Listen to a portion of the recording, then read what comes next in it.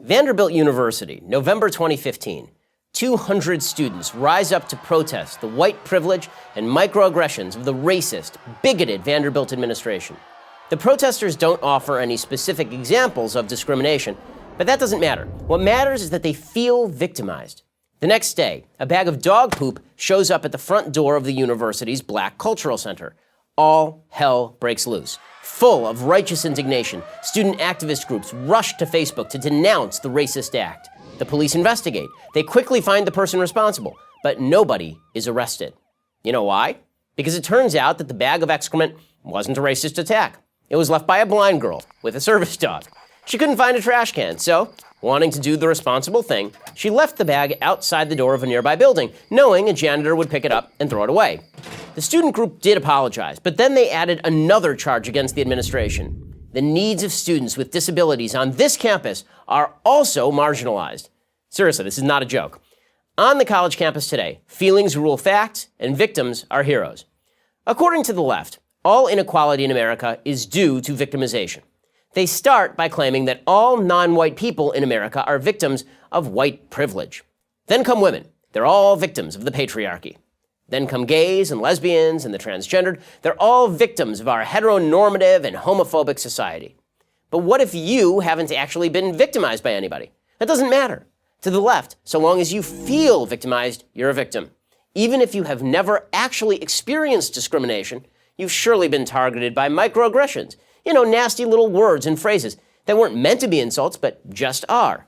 If somebody asks you, where are you from, that's considered a xenophobic microaggression. They're implying that you are a foreigner. If a man holds open a door for a woman, which, by the way, you're supposed to do, that's a sexist microaggression because he's treating her like she's a helpless female. Of course, he's also treating her like she's a woman. But how would he know? And heaven forbid anybody address you by your biologically accurate pronoun. What if she identifies as a man? In short, everyone's a victim, except, of course, straight white males. Also, anybody who dares to disagree with the left. If you're guilty of either of those crimes, you must be confronted, even if doing so requires actual aggression, like, say, a riot. Here's a trick the left plays to justify their violence. First, they say it's okay to punch Nazis. Then they say that every conservative, in fact, everybody they disagree with, is a Nazi. But here's the biggest problem with the left's argument. They're based on feelings, not facts. Take white privilege. The only real privilege in America is American privilege. Everybody in America has it, more than citizens of any other country in the world, the privilege to make your own decisions and live the life you choose. According to the liberal Brookings Institution, if you make just these 3 decisions, you'll do fine. And with drive and ambition, you'll probably do better than fine. First, finish high school. Second, don't have babies before you're married. Third, hold down a job. If you do these 3 things, you'll be on your way to the privilege of middle-class life, regardless of race, ethnicity, sexual orientation, or gender. Also, there's no patriarchy. Women already make up the majority of college graduates. According to Time magazine, young single women without kids already earn more than their male counterparts. Oh, and gay and lesbian couples, they earn more than their straight counterparts too. These are facts, and facts don't care about your feelings. Neither will your employer if you get a job after you leave school.